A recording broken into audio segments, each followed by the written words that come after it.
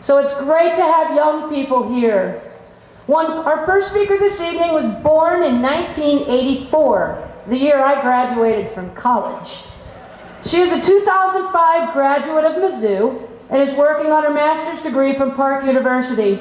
She is executive director of the Liberty Restoration Project, a politically diverse group of concerned citizens who have decided to throw down the arbitrary barriers, such as political parties, that divide our nation.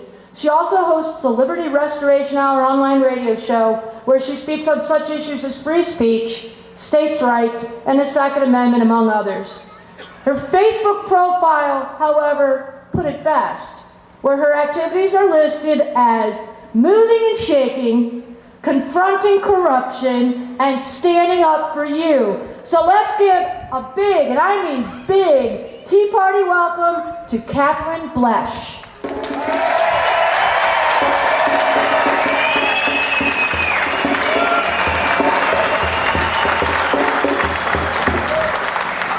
Did you know that the most recent Southern Poverty Law Center intelligence report says that we're all here today because we're racist?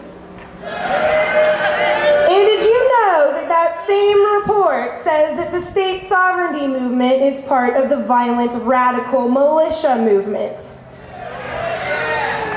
I'm here to talk to you today about state sovereignty. State sovereignty is a relatively new term in the mainstream political scene. But these two words hold the key to freedom from the suffocating weight that we all feel bearing down upon us by the federal government. You see, our country was designed as a union of sovereign states, a group of self-sustaining and self-governing entities who gave a very limited power to the federal government. Each state was designed with its own constitution and its own set of laws so that they could maintain the culture they desired within their borders. This is also known as federalism. In fact, the 10th Amendment to the United States Constitution states that all powers not granted to the federal government by the Constitution belong to the states and we the people respectively.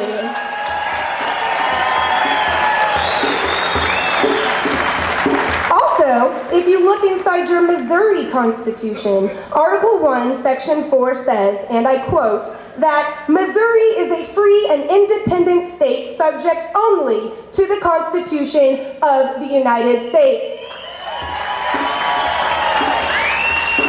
It does not say that we are subject to the will of the presidential administration. It does not say that we are subject to one party's political ideology, and it does not say that we are subject to the will of the United Nations. It says we are subject only to the Constitution of the United States of America.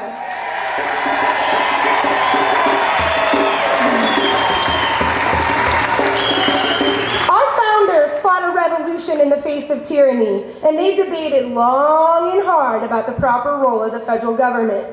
The United States of America was a grand experiment in freedom. For the first time, people were declaring their right to self-govern.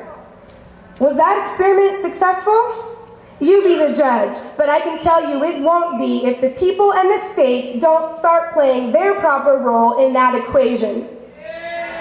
For those of us concerned about the direction in which our country has turned, for those of us concerned about the bailouts that didn't start with the Obama administration, mind you, the bailouts that started under the Bush administration that bail out corporations and corrupt gangster banksters, for those of us who are concerned that a standardized, nationalized education system is depriving our children of lessons in true history and depriving them of a true understanding of what it takes to be an independent, creative, and free-thinking person. For those of us concerned that the Department of Homeland Security is profiling genuinely and legitimately concerned people as potential domestic terrorists. For those of us who are concerned with the overreaching of the federal government, which is attempting to tax our grandchildren into enslavement, we do have a solution, and it lies within those two beautiful words, state sovereignty. So let's take a look for a minute at the state legislature. First of all, Our representatives in the state are closer to the people, both in proximity and in life experiences. It's a lot easier for you and I to drive 2 hours to Jefferson City to see our state rep than it is to go out to Washington, D.C. Also, these representatives are people like you and I. They own businesses, they run businesses, they work, and they know what it's like to live a life in the day of an average Missourian. Our state representatives also have fewer constituents. That means it's easier to get access to them. Have any of you tried to actually sit down and talk to your federal level senator or congressperson? It's almost impossible, isn't it? But if you go to Jefferson City, you can actually sit down and talk to your elected official face to face. And one beautiful thing that we have going for us here in Missouri is term limits. So that means that it is a revolving door of people stepping up to serve our state. And we do not have the problem of corrupt career politicians who think it's okay to make a career out of taxing us.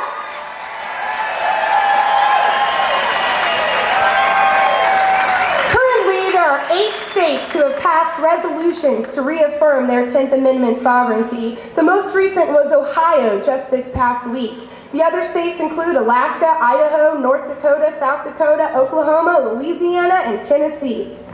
These resolutions do not hold the force of law, this is true, but they send a very strong message. Representative Charles Keat from Oklahoma describes it similar to the cease and desist notice a landlord would give to a non-paying tenant. These resolutions should be considered the federal government cease and desist. Stop violating the 10th Amendment to the Constitution now. Right here in Missouri, we had HCR 13, which did make it through the House, and it was sitting in committee when the session ended in the Senate this spring. But something really neat about being here in St. Charles County is that the county government here actually passed a resolution that they sent up to the state in support of state sovereignty. It is the only county in the nation to have the nerve to do such a thing. And we have Joe Brazel, who helped organize this Tea Party, to thank for that. So big round of applause for him.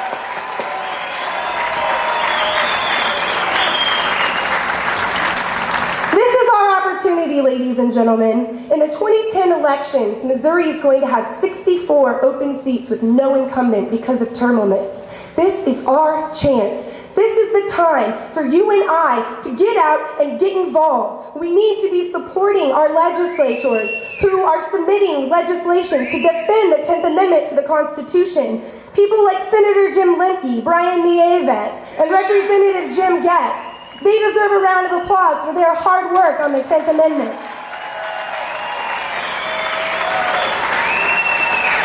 If you haven't thought about it yet, I encourage you to think about running for state rep, because that is what our government is supposed to be. It is supposed to be real people stepping up to serve one another and to make sure that our freedoms are maintained. And if you don't want to run, make sure that you're supporting a constitutionally minded person, no matter what party they're involved with, so that we can retake our state and retake our country in 2010. I'm really grateful to be here today and see so many people. I do wish there were more young people, and I'm going to do everything in my power to make sure that the amount of young people coming out increases. So thank you all, and have a wonderful day.